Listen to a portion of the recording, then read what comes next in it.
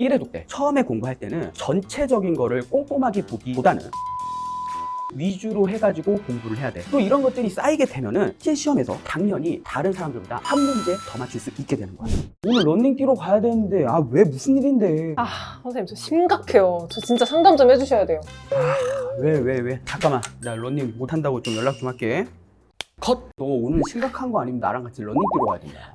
아니 근데 선생님 저 요즘 너무 스트레스 받아요. 공부하는 것도 그렇고 합격할 수 있을지도 모르겠고. 그럴 때는 진짜 런닝이 직방이야. 런닝 뛰어야 돼 지금. 수험 생활을 하면서 받는 스트레스가 내가 생각하기에 제일 큰 건 딱 두 가지가 있다고 생각이 들어. 첫 번째는 공부에 대한 스트레스야. 두 번째는 내가 어떻게 될지 모르겠다는 불확실성이지. 그게 아마 제일 큰 스트레스가 될 것 같아. 맞아요. 근데 공부에 대한 스트레스는 그거보다 더 큰 스트레스로 해가지고 이겨내는 방향을 해야 되거든.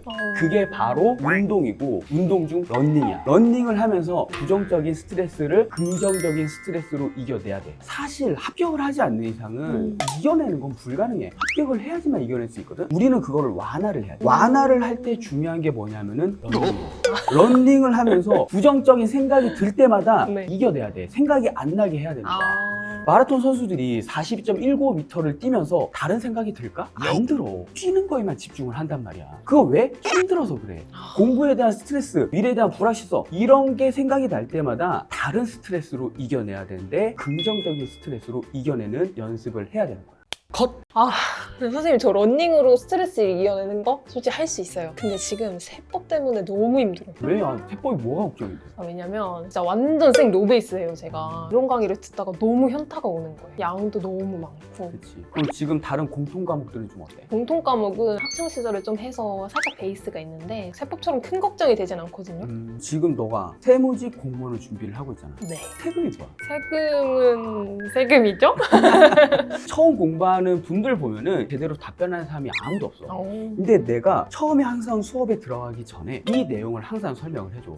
세금이 뭐다? 국가 또는 지방자치단체가 재정 수입을 조달할 목적으로 네. 직접적인 반대급부 없이 법률에 규정된 모든 자에게 부과하는 금전급부다 라고 맨날 얘기를 하거든. 어떻게 보면 이게 시험 문제에 나오진 않아. 근데 왜 이거를 내가 맨날 얘기를 하는지 알아? 이런 것들을 이해를 하면서 점점점 세법 마인드가 쌓이게 되는 거야. 당연히 우리가 수업을 듣게 되면은 암기가 아니라 이해의 형식으로 갈 수가 있어. 그런데 이런 기초적인 게 없이 수업을 듣게 되면은 암기를 할 수밖에 없게 되는 거야. 맞아요. 그래가지고 내가 시험에 나오지 않는 부분도 설명을 해주고 있는 거야. 또 이런 것들이 쌓이게 되면은 실제 시험에서 당연히 다른 사람들보다 한 문제 더 맞출 수 있게 되는 거야. 약간 저도 너무 안 돼서 커뮤니티 찾아보니까 세법이 휘발성이 강하다 이런 말이 진짜 많더라고요. 저도 사실 돌아서면 까먹고 이러거든요. 어떻게 하면 안 까먹는지 알려줄까? 네! 세법이 휘발성이 강한 이유가 뭐냐면은 내용이 너무 어렵기 때문이야. 너무 재미가 없고 어렵기 때문에 뇌가 거부 반응을 일으킬 수밖에 없어. 그럴 때 어떻게 해야 되냐면 런닝을 하면서 너 이거 못 외우면 나 진짜 계속 뛸 거야 라고 하면서 뇌는 이제 얘는 진짜 뛰겠다라는 생각이 들게 되면은 암기를 할 수밖에 없는 거야. 내가. 선생님 이게 아니잖아요 선생님. 농담이고 진짜 답이 뭐냐면은 계속 반복적으로 보는 거야. 까먹는다고 스트레스를 받지 말고 그냥 계속 봐. 그게 쌓이게 되면은 점점 날아가려고 하다가도 다시 잡히게 돼. 그렇게 되면서 휘발성이 잡힐 수밖에 없는 거지. 그럼 선생님 그럼 세법에 많은 시간을 투자해야 돼요? 그게 아니라 많이 보는 대신 짧게 봐. 그러면서 다른 과목이랑 공부 시간을 맞추라는 거야. 컷! 그리고 있잖아. 네. 이론 강의는 힘들더라도 꼭 참고 끝까지 들어야 돼. 이론 강의를 할 때 내가 중요하게 생각하는 것들, 기출문제 나왔던 것들 쫙 다 설명을 해주거든. 네. 당연히 내용이 많아. 그것들을 약간 스킵하고 싶은 욕망이 막 생길 거야. 그럴 때 내가 밑줄 쳐두고 중요하게 생각을 했던 것들 다 기출이거든. 기출은 나중에 반복이 될 수밖에 없어. 힘들더라도 견디면서 끝까지 공부를 해야 돼. 만약에 그 기출들이 나중에 다시 반복이 됐다 라고 하면은 그거를 참고 이겨낸 사람은 그 문제를 맞출 수밖에 없어. 그렇죠. 근데 그거에 대해서 스킵을 했다 라고 하면은 그걸 맞추기 힘들겠지. 네. 내가 그냥 아무거나 다 설명하는 거 아니야. 세법이 이렇게 많은데 나는 그 중에서 내가 이만큼을 설명을 하고 있고 그거에 대해서는 믿고 따라와 줘야 되는 거지. 알겠습니다. 그리고 또 세법 공부를 할 때 양이 많기 때문에 뼈대를 잡고 가야 돼. 오. 이 뼈대를 잡고 가지 않으면은 바다 한가운데 내가 그냥 허우적거리고 있는 거야. 뭔지를 몰라. 내가 지금 공부를 하고 있는데 이게 내가 뭘 공부하고 있는 거지? 몰라 이게. 그래가지고 이런 거 할 때 뼈대를 잡아가지고 네. 거기에 살을 붙이는 형식으로 공부를 해야 돼.